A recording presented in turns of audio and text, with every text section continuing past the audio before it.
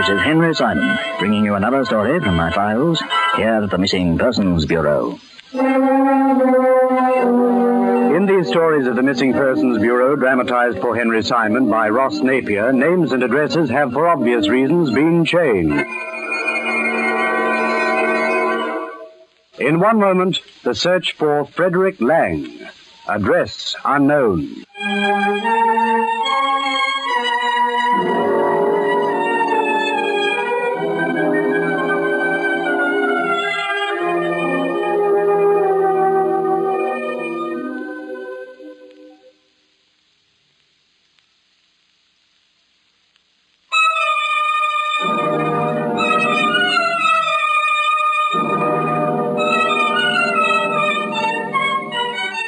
And here again is Henry Simon. My father was a man who believed in getting value for his money. Perhaps this had something to do with his Scottish ancestry. Or perhaps it was just because he didn't like being taken down. However, whatever the reason might have been, its effect was very keenly felt by every single member of his family, including myself. There was the question, for example, of my schooling. No expense was spared. I was sent to the very best schools and given what was generally regarded as being the very best education which money could buy. In return for this, of course, I had to work and work very hard in order to justify the investment, so to speak. At the end of every term, when I was back home on holidays, Father made a practice of looking at my books in order to ascertain for himself just how well I was progressing. If he was satisfied, then he'd say nothing. If not, I was in trouble. Now, I expect you're asking yourselves where all this is going to lead. Well, the answer is that the story which I'm about to relate concerns a certain schoolboy who underwent a similar reckoning with his father at the end of every school term. In this case, the father was an eminent geophysicist named Harold Swanson, and the boy was his youngest son, Anthony. You wanted to see me, Father? Yes, my boy. You and I are due for a little chat. Sit down. I've just been checking through your books, a prominent feature of which appears to be a serious mathematical decline. I got a pass in the exam. You call 51% a pass? Albright Harris only got 20. I'm not concerned with Albright Harris. No, Father. Grammar. Fair own, then? Oh, did you read my thesis on scientific progress? I did, very thoroughly. In particular, the section dealing with relativity. As a matter of fact, it's about that I want to speak to you. I thought you'd be pleased. Pleased is hardly the word I'd use. Shocked would be more to the point. Shocked. And more than a little bewildered. You didn't like it? No, it isn't a question of whether or not I liked it. It's a question of where you got hold of the data. Don't tell me you picked it up in any classroom or read it in any book, because you didn't. I don't understand it. It's just a sort of essay. Sort of essay, nothing. It's a scientific thesis that'd do credit to Einstein himself. You did like it, then? Where did it come from, Tony? Oh, I know where. I just made it up. I see. Then perhaps you'd be good enough to explain to me the significance of this formula you've evolved. Significance? In relation to the conclusions you've drawn on atomic power. Oh, it's all written there. Yes, I can see that, but I want you to explain this theory verbally. Well, it's very involved. So involved, in fact, that you haven't the vaguest idea of what it's all about. And how could you be expected to? There wouldn't be more than a handful of scientists in this country today who've even ever heard of it.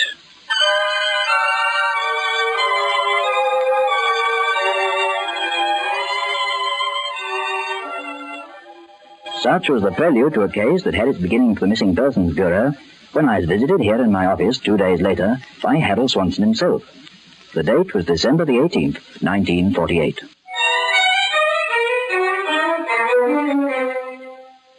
I tell you, Simon, I was completely staggered when I read this thing. Yes, I can well imagine. Tony's an exceptionally bright lad, but, well, as I said, it was by far the most brilliant and advanced thesis on relativity I've ever come across. That includes papers by both Abel Rubinstein and Carl Schwartz. So, quite obviously, the boy couldn't possibly have written it himself. Well, he hadn't so much as the vaguest notion of what it was about. The point was, however, he refused to divulge its source. For 3 solid hours I cajoled, I threatened, in an effort to force the truth from him, but to no avail. He persisted with this absurd story that he'd written it himself. Finally, I handed him over to his mother to see what she could do with him. And? Well, being the woman she is, she soon had him talking, which made me rather furious with myself for not having thought of the idea sooner. Quite. Yes. It appears he got it from the gardener. The gardener? At school. A fellow who called himself Lang. He asked an advertisement. It was taken on about 12 months ago as a sort of general factotum about the place. Tending the gardens and lawns was only part of his job, but he was known officially as the school gardener. Yes, go on. Well, it seems he and Tony got very friendly, and to cut a long story short, spent quite a bit of time together, out of school hours, of course. He was at Lang's cottage. Apparently it became quite a thing for Tony to visit him there every evening after prep. He was actually living in the school grounds? What? Yes. To begin with, the big attraction for the boy was the fellow's library, or perhaps I should say his collection of scientific books. From what I gather, he had hundreds of them. Everything from Archimedes to Einstein. Very peculiar hobby for a gardener. Yes, well, that's what Tony thought at first, but little by little he discovered there was a great deal more to Lang than met the eye. For instance, he spoke 5 languages fluently, excluding English, which he claimed was his native tongue. Claimed? Well, you see, Tony was never sure. He seemed to think he had a faint accent. But that, as it may. However, he was responsible for the thesis that Tony brought home. It was copied from some documents found in the back of one of his books. And found by Tony? Yes. He was delving about and they dropped on the floor at his feet. Did Lang know that he copied them? No. What about the original documents? Well, he put them back in the book. And then submitted the thesis to his physics master, eh? Who scorned it, ironically enough. But of course one couldn't expect a mere schoolmaster to recognize it as anything but the idle, if imaginative, scribbling of a 13-year-old. And so in turn it came to you. Yes. And had I been other than I am, of course, I'd undoubtedly have scorned it myself. But having been engaged in atomic research for the past 6 years, I realized its significance at once. All of which, of course, would account for your son's reticence about telling you the truth. Exactly. But it wasn't so much that he knew he'd done wrong in copying down the notes without Lang's permission. It was more that he was afraid Lang might have to suffer the consequences of his act. For one thing, the menial staff of the school is strictly forbidden to fraternize in any way with the pupils. And if it had become known that Lang was friendly with Tony, he'd have been dismissed on the spot. I see. So it was in order to protect Lang rather than himself. Unquestionably. But who could the fellow be? How could he have got hold of such data? Well, according to Tony, the documents were in his handwriting, so presumably he formulated it himself. Which would, of course, indicate that he's a physicist of some genius. Of great genius. Have you confronted him at all? That's just it. He's not there to confront. Oh? No. He turned in his job 8 days ago, on the last day of term. I checked with the headmaster. Unfortunately, that's all he could tell me, just that he'd gone. Without giving any sort of indication of where he was going or what his plans might be? Not so much as a hint. And you come to me because you want him traced, is that it? In a nutshell. Why exactly? Well, I should have thought that was obvious. A man who possesses such knowledge could be of invaluable use not only to myself and my colleagues, but to the country as a whole. On the other hand, if the same knowledge was to be directed into alien channels, it could be extremely dangerous to us all. Under those circumstances, isn't this more a job for the security people? Well, technically speaking, yes, but my colleagues and I feel that a private inquiry might be more effective. Whoever this fellow is, we want him handled with kid gloves. I see. Have you got any clues at all as to his identity? Oh, not sure. It's been suggested he could be German. Oh? And as you know, or may not know, Hitler had a team of scientists engaged in atomic research right through the war. Yes? They were on the verge of perfecting the atom bomb when the end came. Indeed, they had perfected it. Fortunately for us, however, they were never in a position to utilize it. But the fact remains they were years ahead of either Britain or America in their research. So far ahead that we still hadn't caught up with them. And this thesis bears the stamp of German brains. You say he had a slight accent. Tony said he had, yes. No one else appears to have noticed it. The headmaster was under the impression that he was a Welshman. How did he get the job exactly? Well, as I said, he answered an advertisement. Well, surely he must have been called on to produce references and so on. Well, references mean very little. They can so easily be faked. Actually, he was taken on a month's trial. His work was found to be satisfactory, and at the end of that time, he was offered permanent employment. I should have thought a German would have found it extremely difficult getting into the country, especially one who had occupied a position of any importance in Hitler's eyes. Well, difficult, yes, but not impossible. Aliens of lesser intellect are filtering through by the dozen. But for the moment, that's beside the point. Mm-hmm. I have a photograph here which I'd like you to glance at. It was taken at a scientific convention dinner at Munich in 1938. As you can see, Hitler himself was presiding. As usual. To his right, Hess, Goebbels. Oh, I see. Rosenberg there. Rosenberg, Schacht, a whole herd of Nazi bigwigs. And here to the left, a number of the country's top scientists, presumably seated near Hitler in order of their precedence. There's von Ferling, Professor Grotman, Dr. Hans Stribling, and at the extreme left, Frederick Langsdorff. Now, you probably won't recognize any of them, but their faces are quite familiar to me. In point of fact, I was in attendance at that very dinner. I don't see you there. Oh, I was placed at a discreet distance from the Fuhrer. I've always regretted the fact that I didn't have a revolver handy. I imagine that's a regret shared by a number of people. Yes, indeed. However, to continue, every one of Hitler's leading scientists has been accounted for since the war, with two exceptions. Uh-huh. Felix Weiner, who was Grotman's assistant, and Frederick Langsdorff, who's pictured here. Neither have been heard of since before the German surrender. Now, at home, I also have a snap of Weiner, which I clipped out of an old magazine. Yes? I showed both pictures to Tony. Weiner's meant nothing to him. But when I showed him this one of the group, he immediately picked out Langsdorff. He couldn't be sure, of course, but he said there was a definite likeness there. A likeness to the gardener? Yes. In itself, it doesn't mean a great deal, but consider the two names. Frederick Lang, Frederick Langsdorff.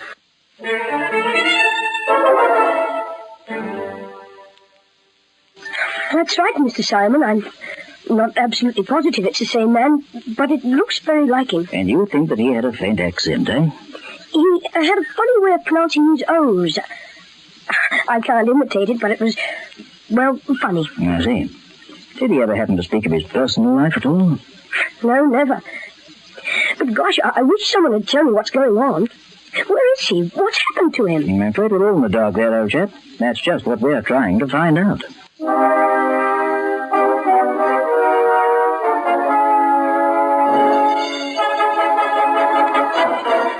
Henry Simon returns to continue this story in just a moment. And here again is Henry Simon.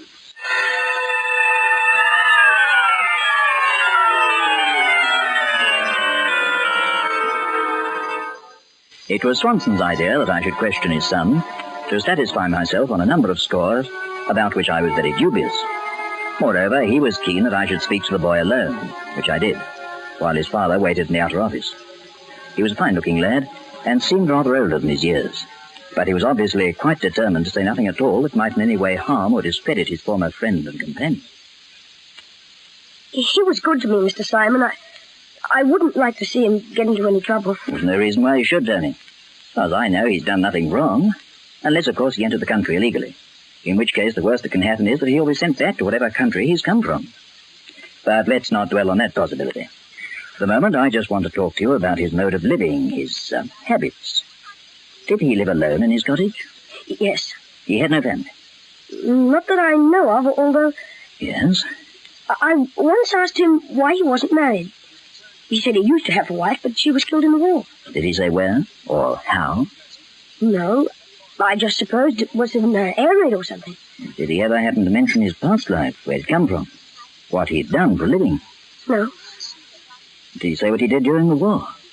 No. He wasn't in the army, though. Oh? He had a lot of scars on his neck. I thought they were bullet wounds. When I asked him, he said he'd never been shot at or held a gun in his life. Did he tell you how he came by them? He just laughed. He said he came by them honestly. What did they look like exactly? Well, sort of like deep cuts or gashes. Dueling scars, perhaps. Dueling scars? Before the war, dueling was very popular in certain parts of Europe. Not dueling as you read about it in books, but dueling as a sport. With swords? Of a special type, yes. Gosh. It was practiced quite a lot at the universities, even in some schools. I wish they practiced it here. Where in Europe? What country? Why, I believe a little was done in Sweden. But the home of dueling, of course, was Germany.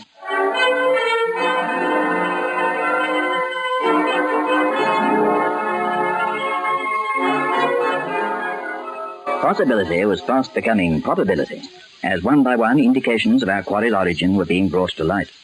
The accent, the scars, the very description of the man all pointed in one direction. This quite apart from his likeness to the photograph of Frederick Langsdorff, the similarity of the two names, and his apparent scientific background.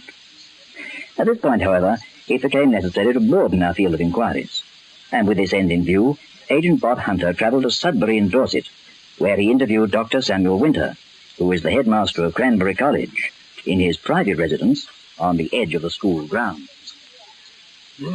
I must confess, Mr. Hunter, that I find myself more than a little puzzled at this sudden display of interest in a man such as Lang.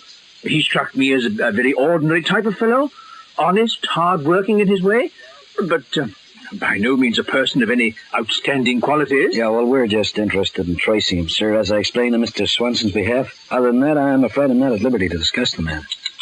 Most mystifying. Yeah, well, at your convenience, I'd kind of like to see over the cottage occupied by Lang. You say you inspected it yourself? Merely to check that all was in order. Was it? More or less.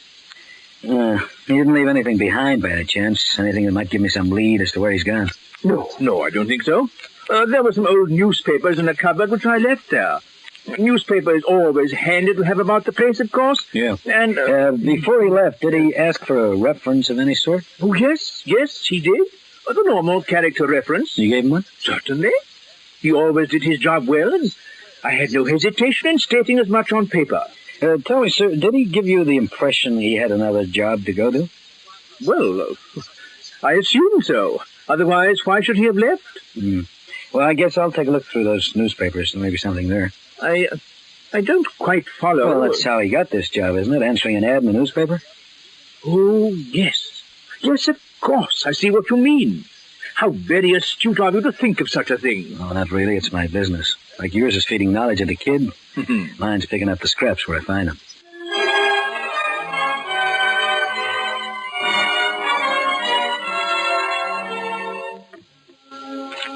November 14th. Situation's vacant. Anything there? How are you making out? Oh, no luck so far. I finished this pile here. November 16th. 15th missing. No, here it is. I say, this is rather jolly. You chaps must lead a frightfully exciting lives. We have our dull moments. December the 8th. Hello? Hello, what have we here? Where? This page. A small section appears to have been cut out. Oh, an advertisement for ladies' swimsuits. Well, let's have a look. What's on the other side? The personal column, huh? Could be something. Yes, but the section in question is missing. How can you tell what was there? Elementary, my dear Watson. I just go get me another copy. Oh.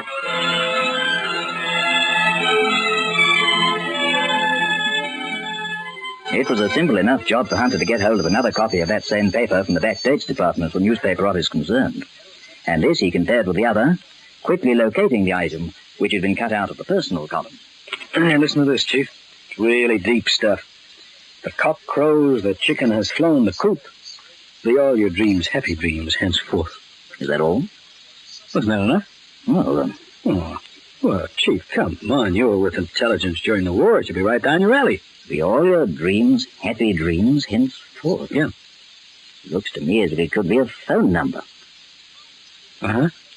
Well, the cock crows, chicken has flown the coop business was probably prearranged between the parties concerned. Sort of like a password, huh? Yeah, exactly. Chief. Yeah? Where's the phone number coming with? Be all your dreams happy dreams henceforth. That's 7 words. My first 3 begin with the letters B-A-Y. Bayswater. Yeah. Now, the remaining 4 could, of course, correspond with numbers. D-H, D-H. Now, D is the 4th letter of the alphabet. H is the 8th. So we have 4848. Bayswater 4848. I could be wrong. It's worth a try. No sooner said than done. B-A-Y 4 8 4 8. It's ringing anyway. Hello, telephone exchange here. We're having line trouble. Yours seems to be crossed with a Kensington number. That is Bayswater 4848, isn't it? That's correct. The address again? 40 Grogan Place. A block of flats, is it? Yes. Fine. We'll be sending a man around. The flat number? 5. Thank you. Chief, I think you hit the bullseye. Oh? Exactly. Oh, the guy I just spoke to didn't have what you'd call an accent, you know, but just his O's. Like young Tony said of Lang. Hard to imitate, but definitely off-key.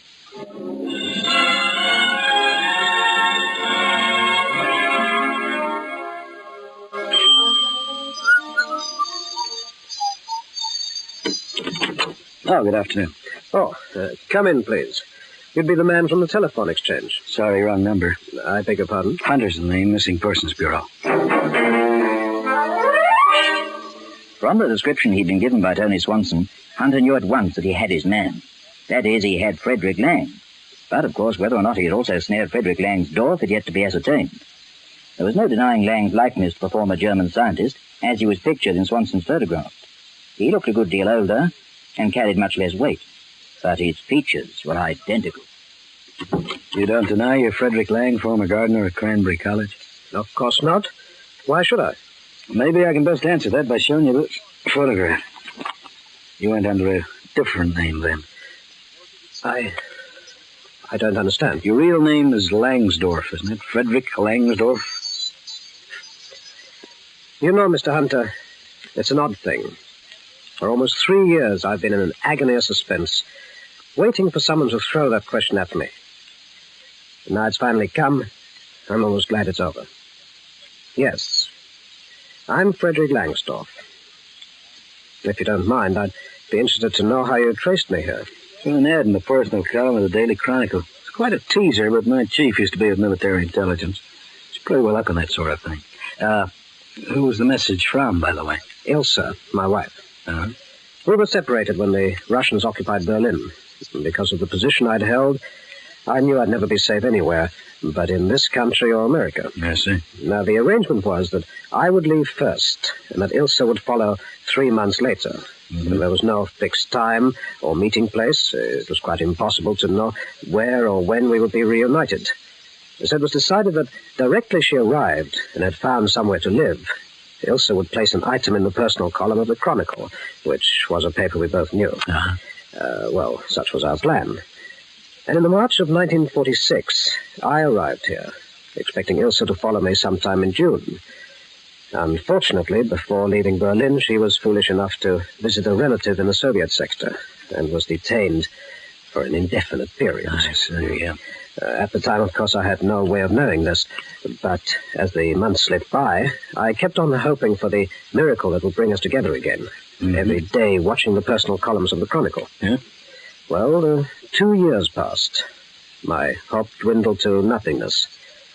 I gave up all hope of ever seeing her again, but I kept reading the Chronicle more by habit than anything else, till one day, a little under 2 weeks ago, I picked up the paper, and there it was, staring me in the face. The cock crows. The chicken has flown the coop. So you decoded the phone number and duly contacted her here. I could never describe the thrill I had on hearing her voice again. Tell me, how did she come by this flat? Oh, she was fortunate. She went to an agent in Earl's Court, and he sent her straight here. And that same day, she signed the lease for 3 months. She here now? I'm expecting her any minute. She's out shopping. Yeah, well, I guess I'll kind of stick around. I suppose it's no use my telling you I was never a member of the Nazi Party, nor in any way a subscriber to its doctrine. Well, you seem to kind of hit it off with that old folk, eh? I was tolerated by Hitler only because I was of value to him, as were a number of my associates. Many of us were married men, and for the sake of our wives and families, we had no option but to do as we were ordered. It's a poor excuse, I know, but it's the best I can offer.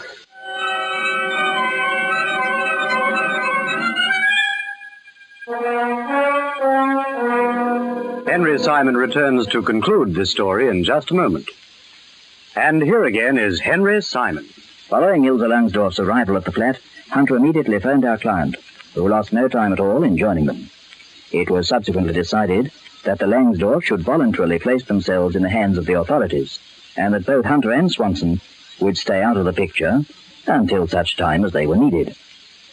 Following an official investigation, Frederick and Ilsa Langsdorff were granted permission to remain in England, and Hitler's former scientist is now in the pay of the British government. Let us hope that such a liaison will prove beneficial, not only to the parties concerned, but to the whole of the free world. And now, this is Henry Simon, inviting you to meet me here again, and for the present, bidding you au revoir.